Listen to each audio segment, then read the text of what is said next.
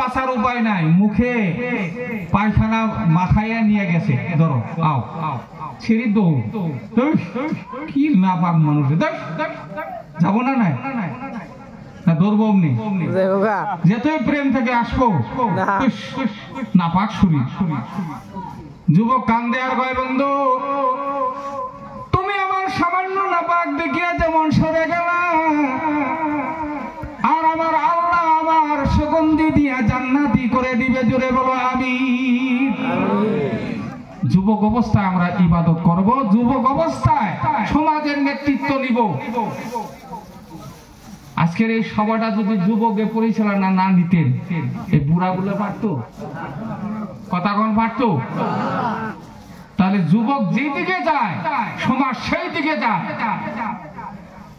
আজকে যুবকের মেহনতে এই ধর্ম জলসা হয়েছে। যুবকরা যদি চেষ্টা করে যে আমাদের দেশে মদারও থমু না, আমাদের দেশে জুয়ারও থমু না, আমাদের দেশে বেপর্দা থমু না, পারবো না? নাই পারবো।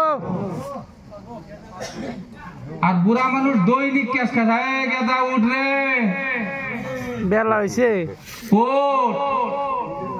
কাব্বা, তুমি হজ করে আসে এত ক্যাটার ক্যাটার করো কেন? আগের কালে তুমি আবার আসিলে না, এখন সে হজ করে তুমি হাজি হয়েছো। আর কথা নেই, ব্যাটারি ফিউজ হয়তো কথা না, ঠিক না? কিন্তু যুবক যখন মেহনত লাগাবে, শুকনা দিয়ে নাও নিতে পারবে, পারবো না? নাই আমার বন্ধু, এই মজলিসের মধ্যে কামলা যদি চাওয়া যায়, যে কালকে এখানে পাকারের থেকে মাটি কেটে আমার একটা ভিটা বান্ধা লাগে, আপনি যদি কয় আমারও কামলা নাও গো, উনি যদি কয় আমারে কামলা নেও, উনি যদি কয় আমারে কামলা নেও, কামলার দাম কত? 500 টাকা। ওনারা যদি কয় 300 করে দিও, কই আপনি 1 পয়সা দিয়ে হয়েছে না নিয়ে যাবেন, পরে ঠ্যাং ঠুং ভেঙে যাবো, দরকার নাই, নিব। আর এই মুক্তি সব বয়সের যদি যারা যুবক আছেন, এখন যদি কামলা লাগে 500 টাকা, কয় না গো 500 টাকা মাটি কাটবো না, 600 করে লাগবে, বাবা তাই দিন। যুবক মানুষ তো, তারা এখন কামটা হাতে ধরে করিস, তাই হয়ে যায়, ঠিক না?